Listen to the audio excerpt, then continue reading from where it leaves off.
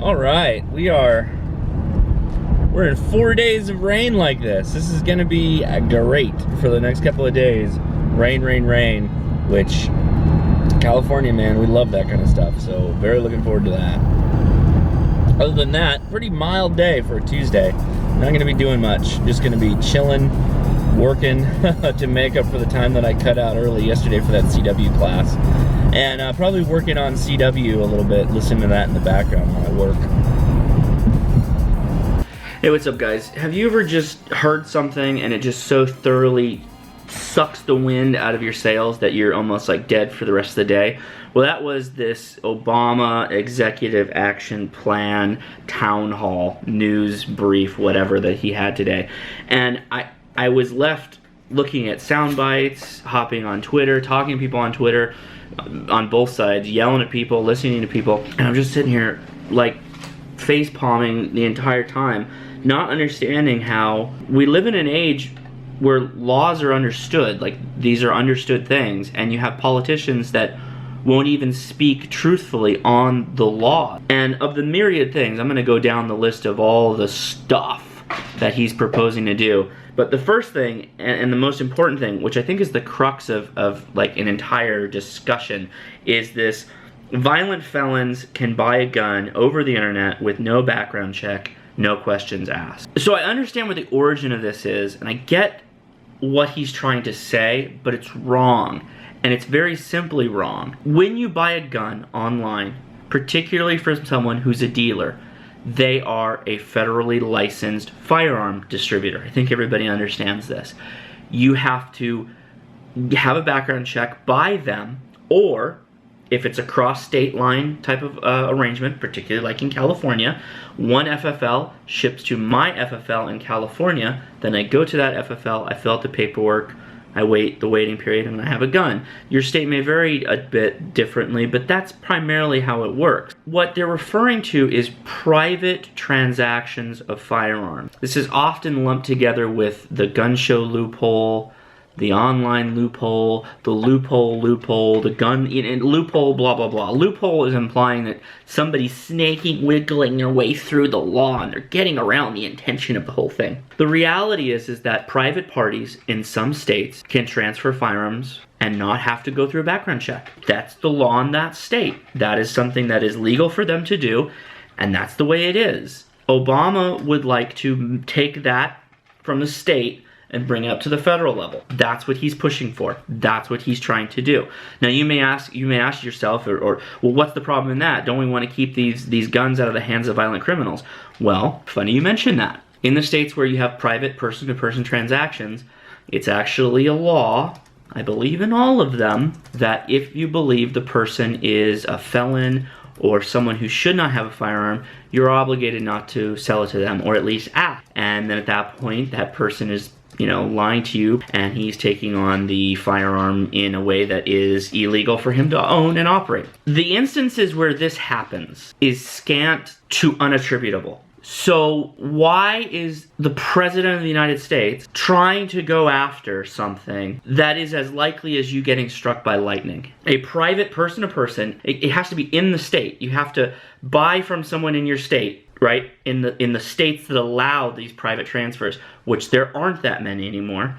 The interstate commerce, right? So one state to another state, that's already illegal. You can't do that. So this is a whole thing that he's targeting the smallest percentage of gun sales, this tiny, tiny number of gun sales, this infinitesimal thing, and none of the mass shootings that we've had in the most recent years have anything to do with people who do private gun sales. Oddly enough, people who do private gun sales are largely some of the safer guns sold. It's not an issue. It's not a problem. But you get things like this, where Obama cries openly and trots out the family of these poor lost children in mass shootings. And he never ties the fact, and nobody really points to the fact that none of these laws would have stopped these people from dying. The additions or the changes or the modifications either already exist and aren't being enforced, or they would do nothing to improve what's already happened or future altercations of the same kind. Let's just run down the list. I'll post on the screen, you can see what it is. Wants to add a requirement that all gun sales must have a license, or if you want to sell a gun, you must have a license. And they use some flavorful text to wiggle around the topic, but basically what they're going after is semi-automatic rifles and handguns. If you want to sell a semi-automatic rifle or handgun online or wherever, they want you to pay for a permit to do so. Whether that would be an FFL permit or some kind of hodgepodgey bastard permit that they come up with. They want you to pay a tax, a permit tax, to sell a gun. How much is the license? What is the process? How many guns? What are your magical rules that you and the ATF come up with? None of these things should be in the way or infringe upon our rights, Second Amendment rights, as individuals to have guns or sell guns. This is not going to save lives. We already do private transfers, and to do a private transfer, it normally always goes through an FFL. Again, unless you're talking about the narrowest percentage, the smallest little number of people that sell guns. It's not affecting anything. This is not a problem. So why do you have people get licensed if the majority of those sales already go through an FFL? There's no reason. NFA background checks for trusts, right? So the NFA prevents certain guns, sawed-off shotguns, silencers, certain items from being purchased. To basically get those, you have to make a trust or another group where something is bequeathed or given to that group. What they want to do is make it so all those people in the trust have to complete a background check for all those NFA items. So you have to ask yourself, well, if the trust requires a background check to purchase an NFA item, does that mean that I, not having a trust, who has completed a background check, does that mean I can buy NFA items? Thumbs up, right? Thumbs up. But see, that's not what they want. They want to just make it harder for people who've already gone through all these hoops, which the NFA is a huge, tons and tons of hoops. If you want to know more about NFA, go listen to Gun Channel, or go to G-Webs, particularly the live chats. They've done live chats on the NFA. Go check that out. In fact, I'll try and find one and put it in the description. Here's another great one. Instruct FBI overhaul the NICS system to increase it, add efficiencies, whatnot. This would not save lives. We already have a background check system. The fact that it gets done faster would maybe help people like me who've got to go through the background check system, but regardless, I still have a waiting period. For those of you who don't, this would probably help you, and that's fine. But understand, he trots out the people of Sandy Hook, the parents of Sandy Hook who've lost lives. Added background checks wouldn't help them save lives. It wouldn't help these children. It wouldn't stop future mass shootings. Adam Lanza killed his mother, who legally purchased the gun after having a background check done. The recent San Bernardino shooter, the couple got their guns from someone who performed an illegal straw transfer. Okay? He purchased the guns legally and then illegally sold them, just whatever, hand to mouth, whatever, sold the guns to the couple, who then went and illegally shot up the San Bernardino area. So here's an interesting one. And this is, I'm just going to leave it at this. You guys can go read online. It's disgusting, and I want to not hear anything more until we have actual meat on this. Because a lot of this stuff has to go through Congress. He can't just push through these executive orders. He can make these kind of like delegations, and then the ATF can choose to enforce them if they want to, but they have real hard legal time uphill battling that and forcing people to comply. So a lot of this has to go through Congress. That's why this whole stuff came up about the budgeting for the 2006 budget and how Paul Ryan is setting us up the river because he's largely paying for this stuff, this fun money, this free money that they're cooking up through the budget that he approved before Obama came out and spilled this whole thing. So it's very likely that all the things we heard today from Obama, Paul Ryan heard from Obama on the phone or understands it in writing more than we heard today, right? So let that sink in for a little bit. That should disgust you and ask and make you want to know more about what he knew, when, and why. Why is he going with it? ATF to hire 200 agents to help enforce gun laws and establish an internet division to track illegal online firearms trafficking. Now, I think, I'm reading between the lines here a bit, so I think some of you have heard of Tor, T-O-R. Tor and the Silk Road and all that stuff for illegal black market stuff where they use Bitcoin to buy things like drugs and basically just ship them to your door. Well, there's a version of Tor, or there's something on Tor, a website on Tor, that allows you to buy and traffic in illegal firearms. They use Bitcoin to do it.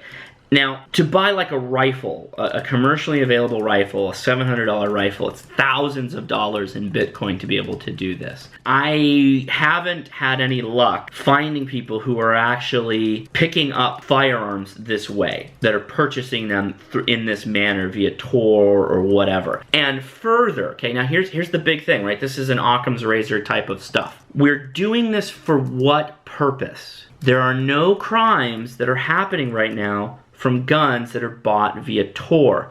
Because if there were, Obama and the anti-gunners and all the other politicians would be telling you about it every day. It'd be everywhere. Illegal guns bought through the Silk Road, bought through these online websites, used in crimes. It just boils my brain when I hear this kind of stuff. Particularly all the lies that Obama trotted out in using the deaths of children and people shot in these mass shootings to create laws that have nothing to do with mass shootings.